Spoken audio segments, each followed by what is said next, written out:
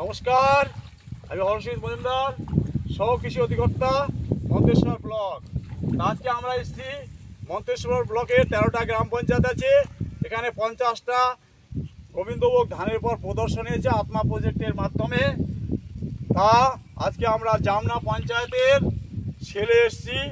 এই যে জমিটা দেখছেন আপনারা, এটা আমরা ওই 18 দিনের চারা আমরা 2 ফুট দূরে দূরে 6 থেকে 8টা চারা দিয়ে আমরা লাগিয়েছিলাম 31শে জুলাই, এবং 6 থেকে 8টা যে চারা দিয়েছিলাম আজকে হচ্ছে 27শে জুলাই, অর্থাৎ 28 দিন। আত্মা প্রজেক্টের কর্মী এটিএম অমিয় পাল মহাশয় কিছু বলেন। নমস্কার, আমি Amiya Kumar Pal, assistant technology manager, Manteswar block. আমরা এখানে স্যার কিছুক্ষণ আগেই বললেন যে আত্মা প্রকল্পের মাধ্যমে যে সুগন্ধি ধানের ওপর যে 50টা ডিসি করাচ্ছে, এটা প্রকল্পটা হচ্ছে ডবল ট্রান্সপ্লান্টিং। মানে একটা গাছকে আমরা 28শে জুলাই আমরা লাগিয়েছিলাম একটা 2 ফুট গ্যাপেতে, সেটা আজকে আমরা 28 দিন পর 28শে আমরা আগস্ট লাগাচ্ছি। এটা আমরা লাগানোর পর যে সুগন্ধি ধান গাছ একটু অনেকটা পড়ে যায় ফলনের সময়, এইটা যাতে না পড়ে সেটা আমাদের প্রচেষ্টা। এবার এই প্ল্যানটা, এই চাষটা করে আমার তো খুবই ভালো লাগছে যে ধানের ফলনটাও খুব ভালো পাওয়া যাবে। আর আপনারা যেটা বললেন যে যে ধরুন ওই তুলে আবার রোয়া হলো, গাছের হাইটটা কম হবে, তাতে ধরুন আশ্বিন মাসের পরে যে ঝড়ঝাপটাগুলো দেয় তাতে পড়ে গেলে পড়বে না ধানটা। হ্যাঁ, গাছের এখন ধান গাছটা কেমন আছে? এখন খুব ভালো আছে।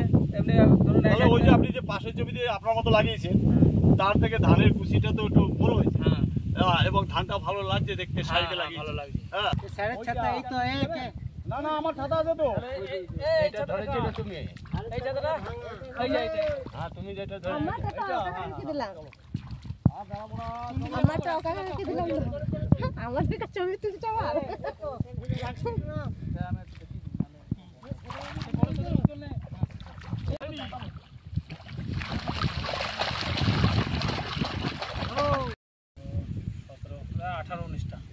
উনিশটা আছে। তাহলে এই যে একটা কুচি থেকে আমরা দুটো ভাগ করলাম, এইবার শিকড়টাকে আবার একটু পরিষ্কার করলাম। এখানে কিন্তু পুরো মাটি থাকলে হবে না।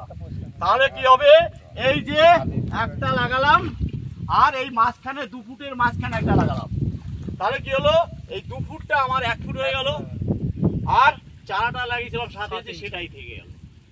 এইটা কি হবে, এখন এই যে লাগানোর পর পরিষ্কার করে এই পুরনো শিকড়টা আর মারবে না। এ বেঁচে থাকার জন্য নতুন শিকড় ওখান থেকে জন্মাবে। সেই শিকড়টা, নতুন শিকড়, ধান যখন ফুলবে তখন 100%ই বেঁচে থাকবে। আর এই যে ধানের হাইটটা দ্বিতীয়বার লাগালাম, এটা শখ খাবে। এটা 183 সেন্টিমিটারের পরিবর্তে 150 সেন্টিমিটারের নিচে 140 থেকে 43 সেন্টিমিটার চলে আসে, প্রায় 50 সেন্টিমিটার হাইটটা কমে যায়। তা এইটা হলে যখন ধানটা ফলে তখন কি হয়, কুচির গোড়াটা শক্ত থাকে এবং ধান গাছটা হাইট থাকে। একটু হাওয়া দিলে গাছটা শুয়ে পড়ে না। ভালো পেসিংটা দিচ্ছি, এরকম যদি পেসিং থাকে ওখান থেকে তো রোগ পোকা লাগবে না, কারণ আলো বাতাস খেলতে পারছে। হ্যাঁ, সেই জন্য এটা রোগ পোকা আমলাকে ঘাস মারার জন্য ওষুধ লাগে না, 15 লিটার জানলে হয়। অতএব খরচটা কিন্তু অনেকটাই কম গোবিন্দভোগে, এবং চাষিরা যেটা করে তার থেকে এটা আরো কম, শুধু একটু লাগাতে কষ্ট। কিন্তু ওই যে আপনার তো এটা তো অ্যাসিওর্ড করেছি যে আপনার ধান শুয়ে পড়বে না, 100% নষ্ট হবে না, কিছু না কিছু আপনার ফলন হবে 2বার করে লাগালে। এইটা কতটা মাটি জড়িয়ে আছে, যখন ধানটা ফুলবে বা পাকবে এইখানে শিকড়গুলো নষ্ট হয়ে যাবে, কারণ পুরনো শিকড়, এবং এই ধান গাছটা 183 সেন্টিমিটার হাইট হবে। তাই এখানে 70% শিকড় নষ্ট হয়ে যায় ফোলাপোকে, এবং এই গাছটা লম্বা হয়। তখন একটু হাওয়া দিলে হয় কি, এই গাছটা পড়ে যায়। পড়ে গেলে কি হয়, শিকড়টা পচে যাওয়া মানে খারাপ হওয়ার জন্য তখন ধানটা ফুলতে পারে না এবং পাকতে পারে না। তাই এইটাকে আমরা অ্যাভয়েড করার জন্য আমরা একটা নতুন পদ্ধতি নিয়ে এসেছি।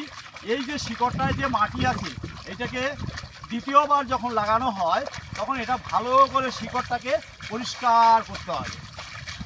এই দেখুন, শিকড়টা পরিষ্কার হয়ে গেছে। এইটাকে আমরা 2টো ভাগে ভাগ করব। এইটা আপনি একটু কাইন্ডলি করুন। কটা কাঠি আছে, 1টা 2টো 3টে 4টে 5টা 6 7 8, 9, 10, 11, 12, 13, 14, 15, 16। এই আমরা একটা পেলাম 17টা, একটা 19টা। তাহলে এরপরও 5 কাঠি হবে। সেই 5 কাঠি কিন্তু ভালো ফুল ফল হয় না। এখন যে 5 কাঠিটা আছে এরা করবে কি, প্রত্যেকটা শিকড় হয়ে যখন ধান পিঁয়াজ এসে যাবে সবাই কিন্তু এক সাইজের হয়ে যাবে, এবং ওই 17টা এবং 19টা আমরা কি পাবো, সক্রিয় ধানের শীষ পাবো, এবং প্রত্যেকটা শীষ আমার চিটে কম হবে, মানে দানাগুলো সক্রিয় হবে, 200-র উপরে করে দানা পাবো। তাহলে এই চিটে যদি কম হয়, আবার 10-এর উপর যদি আমার অ্যাক্টিভ শ্রেণী হয় প্রতি গুছি থেকে, তাহলেই তো ফলন বাড়বে। কি বলতে পারলাম? এই হচ্ছে, তাহলে এইটা আমরা কোথা থেকে জানলাম?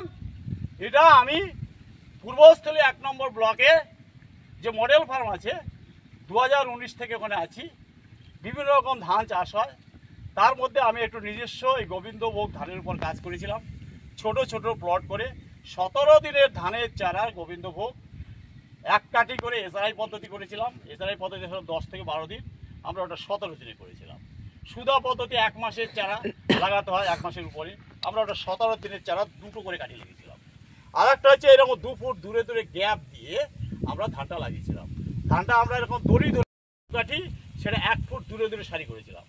আর যেটা ডবল ট্রান্সফার করেছি মাঝখানের সারিটা বাদ দিয়েছিলাম, এটা 2 ফুট করে গ্যাপ। পরে 25 দিন বয়সে করে দিকে এই গুছিগুলো তুলে আবার ওই গোড়াটাকে ভালো পরিষ্কার করে এর মাঝখানে লাগিয়ে দিই। আর কৃষকরা যেমন ধান লাগায় কোনো লাইন ফাইন কিছু মেনটেন করে না, সেটাও আমরা করেছি। তা দেখেছি যে চাষিরা যেটা করে, ধান গাছটা প্রথম দিকে খুব সুন্দর থাকে, মনে হয় যেন এটাই ভালো ফলন হবে, কিন্তু ধান ফোলা মুখে গাছটা এত বড় হয়, হাওয়া দিলে দেখা যাচ্ছে ওটা ছিঁড়ে পড়ছে, দিয়ে গোড়াটা পচে যাচ্ছে, 100% ধান ড্যামেজ হয়ে যাচ্ছে। 1 কাঠি 2 কাঠি হয়, কিন্তু সেটা এত এর যে আমি যখন দ্বিতীয়বার লাগাই আমি 10-এর উপর কাঠি যাই, সেই জন্য 10-এর উপর পেডিকেল পাবো, 10-এর উপর আমি সক্রিয় শীষ পাবো, শীষ পেলে সক্রিয় কী পাবো, দানা পাবো, দিতে এটা ফলন বেশি। আজকে আমি পূর্বস্থলী 1 নম্বর ব্লকে তো আছি, মন্তেশ্বর ব্লকে 2023 থেকে চার্জে আছি এডি হিসাবে। তা এবছর আমাদের একটা সুযোগ এসছে যে গোবিন্দভোগের উপর আমাদের কৃষকের ফলন বাড়াতে হবে ইনোভেটিভ ওয়ার্ক দিয়ে। তাই আমরা এখানে গোবিন্দভোগ ধানের 50টা জায়গায় 13টা জিপিতে করেছি। আমরা আজকে জামরা এসেছি, সেলে এসেছি। তাই কৃষক বন্ধুর ধানটা আপনারা দেখতে পাচ্ছেন, ওই যে ওখানে ডবল ট্রান্সপ্লান্টিং হয়ে গেছে ওই সাইডটায়, আর এই সাইডটায় যেখানেও এইখানে মাঝখান দিয়ে একটা সারি হবে। এই হচ্ছে প্রযুক্তি। এটা যদি আমাদের মন্তেশ্বর এর আমরা 50টা ডিসি চাষিকে হাতে কলমে দেখাচ্ছি, তারা যদি উপকৃত হয় তারা নিজেরা করবে, অন্য চাষিও করবে। আস্তে আস্তে আমাদের পূর্ব বর্ধমানের 23টা যে আমাদের ব্লক আছে সেখানে ছড়াবে, তারপর গোটা পশ্চিমবঙ্গে, গোটা ভারতে এটা ছড়িয়ে যাবে, এই আশা রেখে আজকে আমার বক্তব্য শেষ করছি। আজকে আমাদের এই প্রোগ্রামে আমার কৃষক বন্ধু উপস্থিত আছেন বিকাশ মল্লিক, যার জমিতে আমরা করেছি, তার ছোট দূরে দূরে লাগিয়েছি, তখন তো তুমি ছিলে, আবার এখন যে ধানটা তুলে লাগাচ্ছি এখন আছো, তো এইরকম কোনোদিন ধান লাগিয়েছো? তাই এই যে এখন যে ধানের গাছটা চেহারাটা আছে, এটা কি দেখতে ভালো লাগছে? তারপর সারি লাগাচ্ছি আরো ভালো লাগছে। তাই এই যে ধান গাছগুলো তুলছো এখন 28 দিনের মাথায়, একটু কষ্ট করতে হচ্ছে তো বুঝিতে, তাহলে ওখানে তো প্রচুর শিকড় হয়েছে, তাহলে ওই শিকড়টা কি করছো, ধুয়ে নিচ্ছ, ওখানে মাটি থাকলে হবে না, কারণ এই শিকড়গুলো আর বেঁচে থাকবে না। এই কারণে তখন দুটো ভাগ করবে, ওখান থেকে নতুন শিকড় হবে। সেই শিকড়টা যখন ধান তুলবে তখন কি হবে, তখন ওইটা শক্ত করে ধরে রাখবে, আর এই শিকড় থাকলে তখন কষ্ট হবে। এটাই হচ্ছে ব্যাপার। আর ধান গাছের হাইটটা কম। আপনার কেমন লাগছে এটা? তা এতে কি মনে হচ্ছে যে এই যে আমরা যে ওই যে অফিস থেকে এখানে আপনাদের সঙ্গে কাজ করতে আসছি, এটা কেমন লাগছে? না এর আগে কেউ করেছে এরকম কাজ? যাই হোক, আমাদের মন্তেশ্বর ব্লকের আপনার যারা আমাদের এটিএম আছে, আমি এডিএ, আমরা যে এই যে হাতে কলমে শেখাচ্ছি একটা নতুন প্রযুক্তি, এটা আমারই একটা গবেষণা, সেটা হচ্ছে পূর্বস্থলী মডেল ফার্ম, সেটা ইনোভেটিভ হিসাবে আমরা মন্তেশ্বর ব্লক করছি। তা সবাইকে অসংখ্য ধন্যবাদ জানাচ্ছি। আমার কৃষি দপ্তরের পক্ষ থেকে নমস্কার। আর আপনারা এই প্রযুক্তিটা সামনের দিনে সবাই করবেন, প্রথমে অল্প করুন বা যারা করেছে তাদের কাছে পরামর্শ নিয়ে চাষ করবেন। আমরা গোবিন্দভোগ ধানের ফলন বাড়াবো এবং ক্ষতির মুখোমুখি হব না।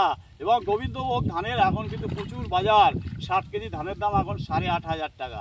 তাহলে 1 বিঘা জমিতে কম পক্ষে 6 বস্তা, 60 কেজি 6 বস্তা তো হবেই। 50,000 টাকা ধান হওয়া কোনো ব্যাপার নয়। আপনি স্বর্ণ মাসুরি বা অন্য ধান চাষ করে, যেটা লাল স্বর্ণ, এত ধান থেকে অত ফলন বেশি হবে, কিন্তু দাম তো কম। হ্যাঁ, অতএব লাভ কিন্তু 1 বিঘা সুগন্ধি ধান 5 বিঘা আপনার লাল স্বর্ণ চাষ করলে যা হবে, 1 বিঘা আপনার গোবিন্দভোগ চাষ করলে এইভাবে একই লাভ হবে। যাই হোক, সবাইকে ধন্যবাদ জানিয়ে আজকের বক্তব্য এখানে শেষ করলাম। নমস্কার, সবাই ভালো থাকবেন। আমাকে একজন বললো